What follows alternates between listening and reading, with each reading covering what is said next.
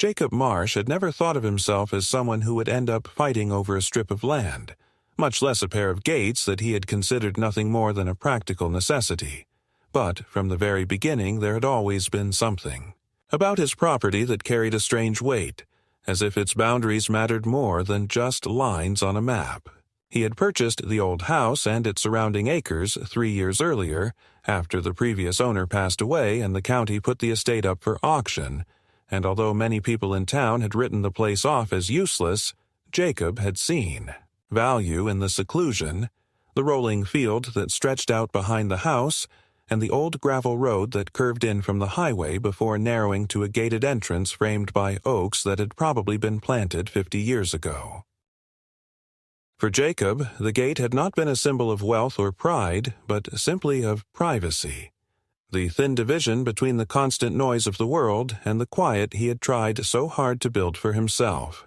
When he signed the deed, he walked through the house with its warped floorboards and peeling paint and told himself that this was where he would stay, no matter how long it took to bring the place back to life.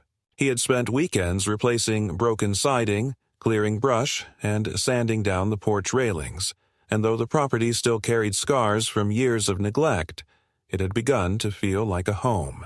The gate was not new when he arrived, but it was sturdy, made of black iron with rust blooming in patches, and he spent weeks restoring it, welding the hinges, repainting the frame, and wiring it with a simple motor so that it could swing open with the push of a remote. To him, it was nothing more than an extension of his fence, the first thing he saw when driving home and the last thing he touched before leaving. And yet, in ways he did not fully recognize, it had become an anchor, a reassurance that the land was his, and that no one could cross without his consent. For the first 2 years, nothing disturbed that sense of stability, and he enjoyed evenings on the porch with a book, the quiet hum of crickets, and the knowledge that behind those gates the world could not intrude. That changed the spring his new neighbor arrived. The man's name was Roy Blythe, a farmer with heavy boots, a square jaw darkened by stubble, and a tendency to speak as though every word cost him effort. Jacob met him only once at first, when Roy drove a flatbed truck past the gravel shoulder and stopped just long enough to say he had purchased the property next door. The exchange was brief, more a transaction of nods than a conversation, but something in the man's eyes unsettled Jacob, a calculating glance that seemed to linger not on the house or the land, but on the road itself. Soon after, heavy equipment began to appear, an aging tractor, a seed drill, rolls of fencing stacked along the property line. Jacob tried not to read into it, but he noticed how often Roy's tractor idled near the curve where the gravel met Jacob's gates, the engine coughing in the night as if testing how close it could come without crossing.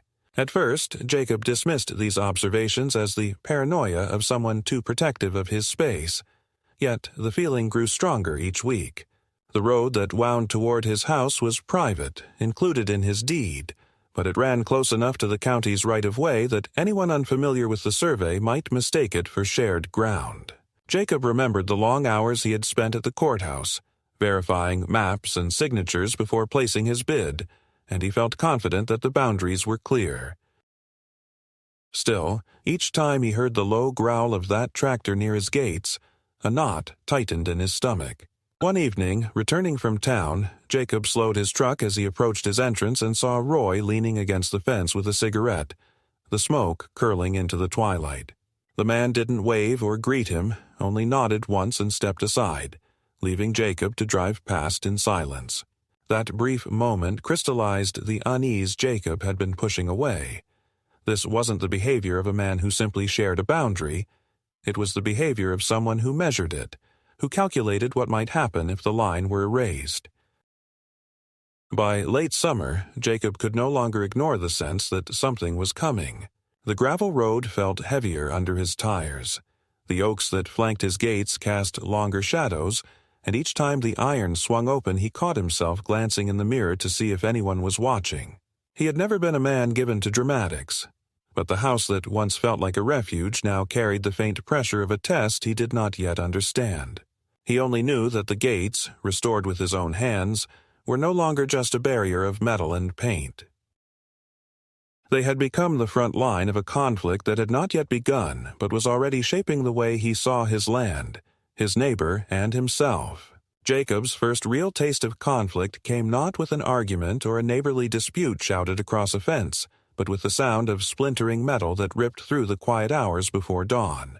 He had been asleep in the upstairs bedroom with the window cracked open, lulled by the faint hum of night insects and the occasional call of an owl, when the noise crashed through the silence like a gunshot.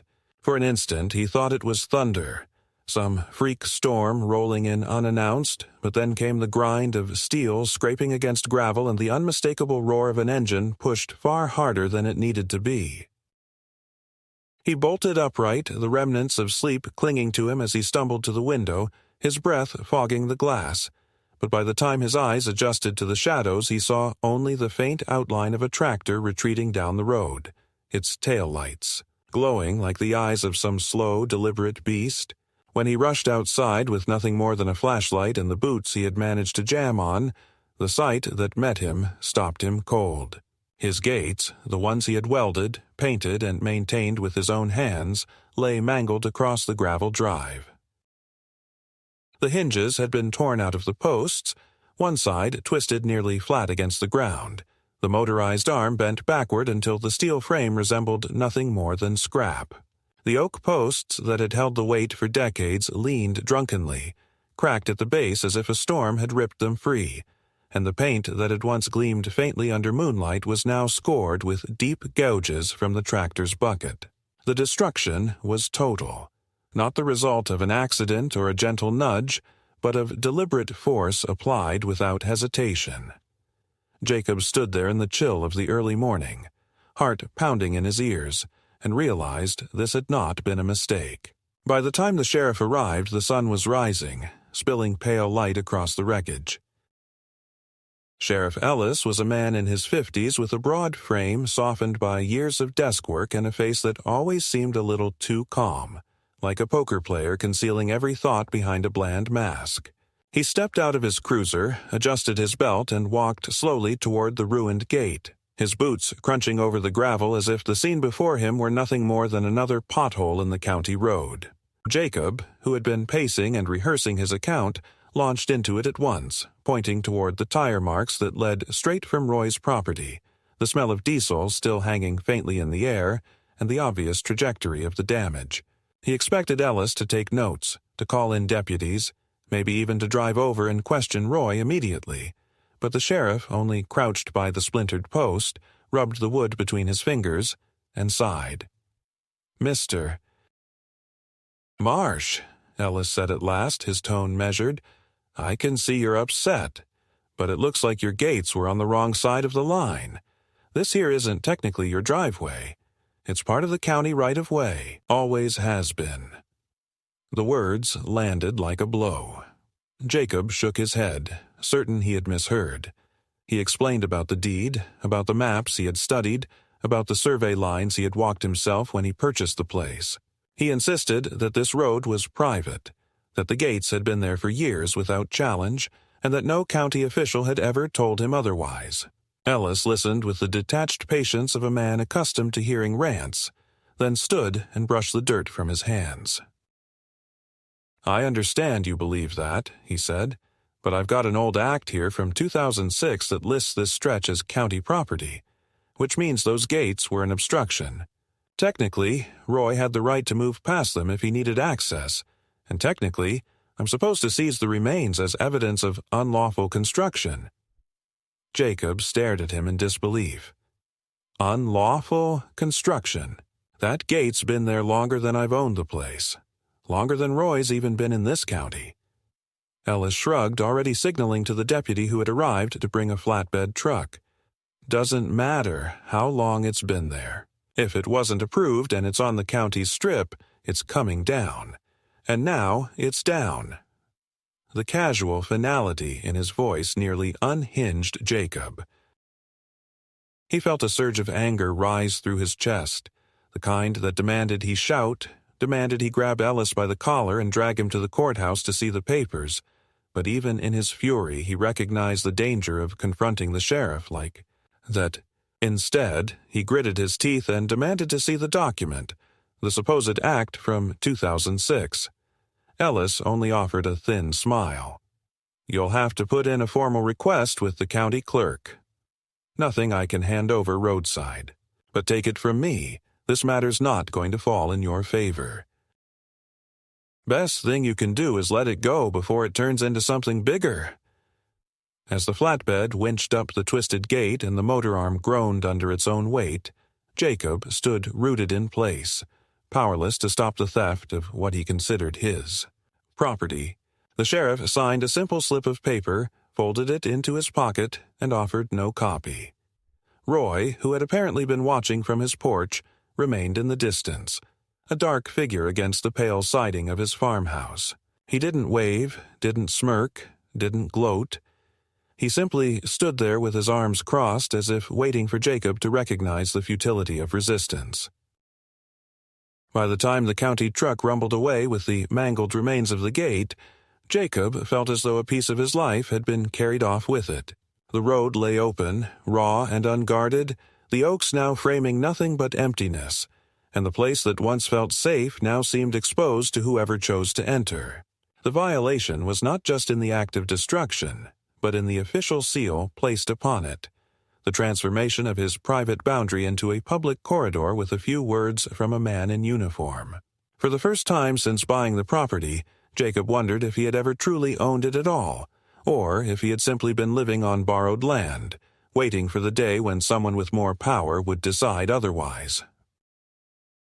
He went back inside and sat at the kitchen table, staring at the deed spread out before him, the ink still crisp from the courthouse printer, and felt the weight of something he could not name pressing down on him. It wasn't just about the gates. It was about the realization that ownership meant nothing if someone else could declare it void with a smile and a shrug.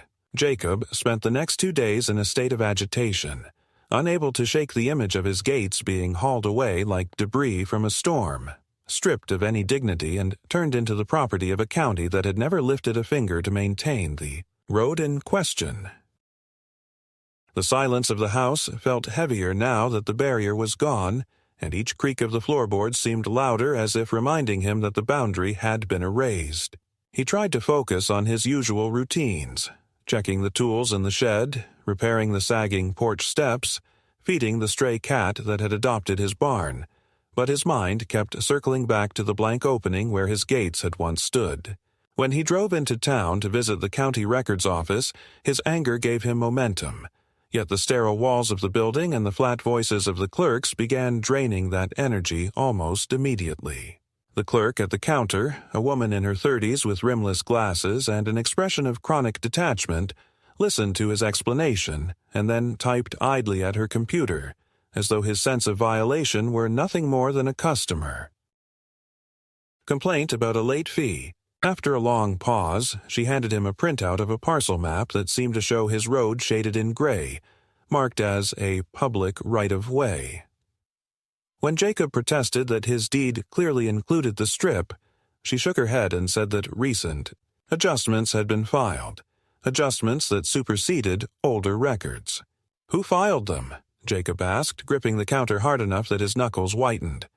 The clerk did not flinch, only scrolled and replied that the record did not list an individual, just the county land management office as the origin. He pressed further, asking if there were signatures, minutes from a board meeting, anything that would explain how his land had been carved up without his knowledge, but she only gave him the polite smile of someone trained to end conversations, without answering them. "You can submit a formal request for documentation," she added, sliding him a generic form with blank fields for his name and parcel number. The words carried the finality of dismissal. Driving home, Jacob replayed the exchange again and again, each repetition fueling the suspicion that what was happening was not merely bureaucratic error, but a deliberate maneuver. He pulled into his drive, the gravel crunching under his tires louder than usual, and felt his stomach tighten at the sight before him. Roy's tractor was no longer parked neatly on his own property but stood squarely in the curve of the road that Jacob considered his entrance, the bucket tilted downward as if resting in quiet defiance. Roy himself sat in the cab with the engine idling, his gaze fixed on Jacob as though daring him to object. For several long seconds neither man moved, the low grumble of the diesel engine filling the air like an unspoken threat. Finally, Roy shifted the gear, rolled the tractor back a few feet, and left the road open, but the message had been delivered. That night, Jacob could not sleep. He paced from window to window, checking the open stretch where the gates had once stood, half expecting headlights to appear, or the silhouette of a figure moving up the gravel. The openness of the entrance gnawed at him, each gust of wind through the trees carrying the illusion of an intruder. By morning, he resolved to confront the situation head-on. He drove to the sheriff's office carrying his deed and the old survey he had managed to dig out of a box in the attic, determined to make Ellis listen. The receptionist led him to a small waiting area where he sat under the humming fluorescent lights, documents spread across his lap. When Ellis finally appeared, he leaned against the doorframe, arms crossed, his expression the same unreadable calm Jacob had seen before. Jacob laid out the papers, pointing to the survey lines, the dates, the signatures, insisting that the road was included in his purchase and that the supposed 2006 act was either erroneous or fraudulent. Ellis studied the documents briefly, then gave a slow shake of the head. "I'm not the one you need to convince. If the county says it's theirs, then it's theirs. You want to argue, take it up with the board, but don't expect a different answer." His tone was final, dismissive in a way that made clear he considered the matter already decided. Jacob left the office more unsettled than before, not only by the sheriff's refusal to act, but by the growing sense that both law and neighbor had aligned against him. The following afternoon, a letter appeared in his mailbox. It bore no return address, only a typed header. Notice of right-of-way access. The text informed him that the county reserved the right to maintain open access for agricultural purposes across the disputed strip, and that any attempt to obstruct or rebuild barriers would be considered unlawful interference. The letter ended with a line that chilled him. Continued non-compliance may result in further enforcement. Jacob read it 3 times, the words striking him not as the dry language of governance, but as a veiled threat. That evening, as dusk settled, he saw Roy again, standing near the property line with arms folded, not speaking, not moving, simply watching. Jacob realized then that the fight was no longer about gates, but about territory, about who would yield first in a contest that seemed less about law and more about willpower. His anger burned hotter with each passing day, but beneath it was a deeper, quieter dread, the realization that his sense of ownership, his faith in paper deeds and courthouse records, could be dismantled piece by piece until nothing remained but the hollow shell of a man living on land he could no longer claim as his own. Jacob's decision to seek help from someone outside the county offices came less from confidence than from desperation, because after weeks of staring at letters filled with vague legal jargon and receiving nothing but shrugs from officials who seemed to treat his concerns like inconveniences, he understood that on his own he was simply running in circles. One late afternoon he sat at the kitchen table surrounded by papers, his deed, the parcel map the clerk had given him, and the notice threatening enforcement if he tried to rebuild his gates, and realized that none of it would matter unless he had someone who could untangle the contradictions with authority. The silence of the house was suffocating, and he could hear the faint echo of a tractor somewhere beyond the trees, not close but near enough to remind him that Roy was still watching, still hovering at the edge of his land like a storm waiting to break. That night he called an attorney whose card he had found pinned to a bulletin board at the hardware store. Her name was Laura Miller, and though she sounded young over the phone, there was a sharpness in her voice that gave him a measure of hope. Laura arrived 3 days later, driving a dusty sedan with county tags and carrying a leather satchel so overstuffed that the straps strained at the seams.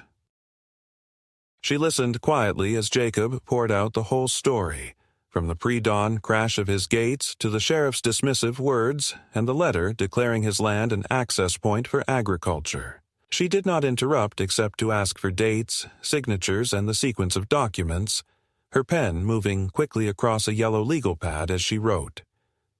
When Jacob finished, she leaned back, adjusted her glasses, and asked to see the original deed.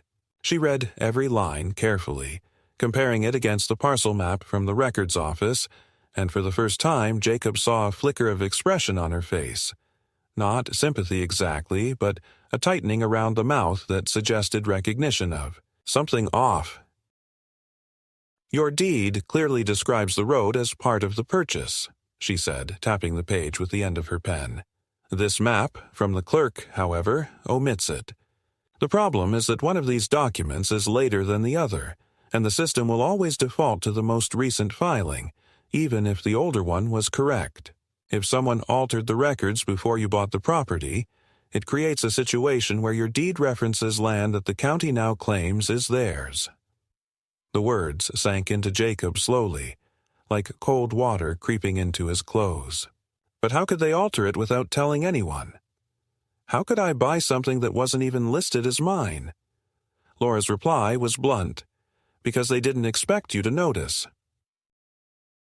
Most buyers look at the surface: square footage, house condition, taxes. Few scrutinize the survey unless they plan to build, and once it's filed, the burden falls on you to challenge it. Jacob felt both vindicated and crushed. There was relief in knowing his confusion wasn't madness, but the reality that someone had quietly shifted the lines, knowing it would take years or luck to catch the trick, left him dizzy with anger. Laura leaned forward then, lowering her voice as though the walls themselves might be listening. "I'll tell you something else. The filing that cut out your road? It's dated just a few months before the auction where you bought the property. That means someone anticipated this, maybe even arranged it, so the land could be sold without the gate becoming a legal sticking point. The name on the authorization is the County Land Office, but when I cross-check the signatures, the one attached here doesn't match the staff roster at that time. Someone signed under a title that didn't exist." Jacob stared at her, trying to process what she was saying. "So it's forged?" Laura nodded slowly. "At the very least, irregular, but the burden to prove that falls on us. And meanwhile, the sheriff enforces what's on file, not what's correct." Her words carried the weight of a grim truth Jacob had already begun to sense. Law was not about justice but about paperwork, and whoever controlled the paperwork controlled the land. Together they spread the documents across the table, Laura marking each inconsistency with sticky notes, her handwriting looping in precise script. At one point she pulled out her laptop and searched county board meeting minutes, scrolling until she found the session that supposedly approved the right-of-way reclassification. The minutes were oddly vague, referencing adjustments to parcel boundaries for agricultural access, without listing specific locations or owners. "This is how they bury it," she muttered, tapping the screen. "Generic language, no details, no discussion. Just a line item no one questions." Jacob felt his stomach turn, imagining his property reduced to nothing more than an anonymous bullet point in a bureaucratic ledger. The more they dug, the clearer the pattern became. Notices had been mailed after the reclassification, but they had been addressed to the former owner, a man who had been in a nursing home for years before his death. Jacob had never received a single envelope, even though the county had processed the transfer of ownership when he bought the house. "That's not an accident," Laura said, her tone sharp. "That's deliberate neglect. They knew the previous owner was gone. They knew you wouldn't be informed in time to contest it. They set the stage for someone like Roy to use the road as though it were public." For Jacob, the revelation was both infuriating and terrifying, because it meant the battle was not simply between him and his neighbor, but between him and a system. Willing to erase him with ink and stamps, he looked out the window at the empty space where his gates had once stood, the gravel road lying exposed to anyone who chose to enter, and for the first time he realized just how vulnerable he truly was. The illusion of ownership, the belief that his work and money had secured something untouchable, had been shattered. What he held was not security, but a fragile claim that others had already begun to dismantle. Laura closed her notebook and spoke with a firmness that startled him. "We need to act quickly. If they finalize this as part of a broader access plan, you'll lose any chance of reclaiming it. I'll draft a petition to contest the reclassification, and will demand the original deed be recognized. But you should prepare yourself. This won't be easy. They'll fight to keep their version intact, and they'll use every delay, every technicality, to wear you down." Jacob nodded, though the words felt heavy in his chest. He knew she was right. As night fell and Laura drove away, her taillights fading into the dark, Jacob stood alone on the porch listening to the echo of a tractor in the distance. It was closer this time, the low rumble weaving through the trees like a warning. He clenched his fists and told himself he would not be driven off, that he would fight even if the odds were impossible. Yet, deep inside, he could not shake the growing sense that the ground beneath his feet was already slipping away, and that the battle for his gates was only the beginning of a struggle that would test not just his resolve, but the very definition of what it meant to own a piece of land in a place where paper could erase steel, and silence could erase a man's voice. The days following Laura's visit carried a different weight, not because Jacob felt any safer, but because the silence had taken on a sharper edge, like the calm before a storm that everyone pretends not to see. He could no longer drive home without noticing the open scar where his gates had once stood, and each time he turned off the highway onto his gravel road, he felt as though he were crossing into a space no longer his own. Laura had filed the petition as promised, but her cautious tone on the phone told him what he already sensed in his bones. The county would resist, delay, and stall until the process bled him of time and resolve. What he did not expect was how quickly the escalation would come, not in the form of official letters at first, but through the slow creep of actions that seemed designed to remind him that his control over the land was slipping away piece by piece. It began with the return of construction equipment. One morning, Jacob woke to the low growl of engines and the sharp metallic clang of tools, and when he stepped outside he saw two men in reflective vests marking lines along the gravel shoulder with orange paint. A truck idled nearby, its hazard lights flashing as if announcing authority, and when Jacob demanded to know what they were doing, one of the men held up a clipboard with a work order stamped in bold letters. "Maintenance. Right of way." The man spoke, in a flat voice, telling Jacob they were preparing the site for temporary access improvements. When Jacob pressed him for details, he shrugged and said it was county business. The men carried on with their work as if Jacob were invisible, planting stakes in the earth and stringing bright tape across what had been his driveway. The sight of those flags fluttering in the breeze struck him harder than the destruction of his gates, because it was not the aggression of a neighbor, but the quiet occupation of bureaucracy, a creeping claim that no hammer could dismantle. That evening, when he called Laura to report what had happened, she was not surprised. "This is their way of cementing the reclassification before your petition can gain traction. They'll argue that improvements have already been made, that the county has invested resources, and therefore it would be disruptive to undo it. It's a tactic. They want you to feel surrounded." Jacob listened in silence, staring out at the stakes glowing faintly in the fading light, and realized she was right. He felt surrounded not by fences but by the absence of them. His land bleeding outward into a space where anyone could walk, anyone could drive, and he had no power to stop them. 2 nights later, the escalation turned physical. He woke to the sound of heavy machinery again, but this time it was not workers in safety vests. It was Roy, his tractor crawling along the road with its lights cutting through the trees like a slow, deliberate search. The bucket scraped against the gravel, sending sparks into the dark, and Jacob realized with horror that the man was dragging a concrete slab across the path, depositing it where the gates had once stood. By the time Jacob reached the porch, Roy was already reversing, the slab lying like a tombstone across the entrance. Jacob shouted, his voice cracking the night, but the tractor kept moving, the engine drowning out everything until it vanished into the distance. At dawn, Jacob inspected the slab and saw that it bore a spray-painted stencil. County Access. Do not remove. The letters were uneven, rushed, not official at all, and yet their presence was worse than any seal, because they conveyed a message louder than law. Someone had claimed his threshold, and they had no intention of returning it. He tried to move the slab with his truck, but the chains snapped and the tires spun uselessly in the dirt. Exhausted and furious, he sat on the porch until the sun rose fully, the slab glaring at him in the morning light like an unblinking eye. The following day, he drove to the county office again, demanding to see Ellis. The sheriff listened with the same practiced calm as before, nodding occasionally, but when Jacob described the slab, Ellis only shrugged.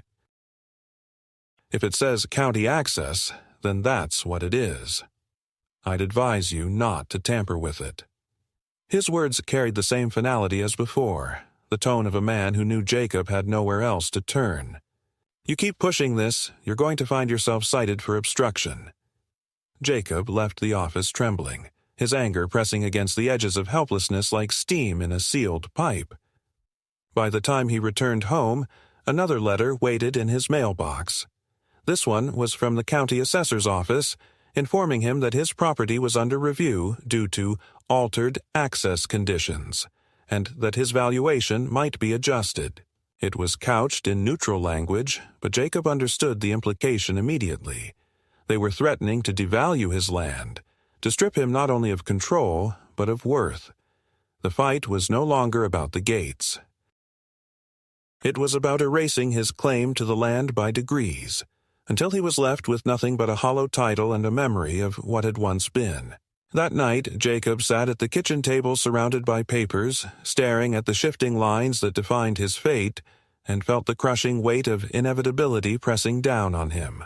The air outside carried the low hum of machinery again, distant but persistent. And though he could not see Roy, he knew the man was out there, circling like a predator waiting for its prey to weaken. Jacob clenched his fists and told himself he would not yield. But deep down he felt the truth creeping in. He was being hunted not by violence, but by silence, by ink and by engines, by the slow grinding of a system that had already decided he no longer belonged. Jacob did not realize that the breaking point had arrived until he found himself driving to the courthouse with Laura in the passenger seat, the folder of documents balanced on her knees and her voice running through the strategy they had prepared. She spoke quickly, explaining how they would present the deed, the inconsistencies in the signatures, and the irregular filing that had stripped his road from the parcel just months before he purchased it. Jacob listened, but the words blurred in his mind, each sentence fading under the pressure of the moment. All he could think about was the slab still lying at his driveway like a gravestone, and the certainty that if he failed here, the last fragment of his claim would vanish. The courthouse itself seemed to confirm his dread. The building was tall but tired, its walls stained with decades of weather, the kind of place where justice was promised on paper but eroded in practice. Inside, the hearing room was nearly empty, just a judge behind the bench, a clerk with a laptop, and Roy seated calmly on the opposite side with a county attorney beside him. Sheriff Ellis stood in the back like an invited spectator, arms folded, eyes steady, a reminder that this was not merely a disagreement between neighbors, but an affair in which the weight of the county was poised against a single man. When the judge opened the session, Laura rose with a confidence that belied her youth. She spoke with precision, describing the sequence of events, the forged signature on the reclassification, and the failure to notify Jacob despite the county having processed the transfer of ownership. She held up the deed and pointed to the language that explicitly included the road and gates as part of the property. For the first time, Jacob felt a flicker of hope, watching the judge lean forward, scanning the papers more carefully than anyone had bothered to before. But then the county attorney stood, tall and smooth, his voice carrying the weight of someone who had argued the same kind of case 100 times.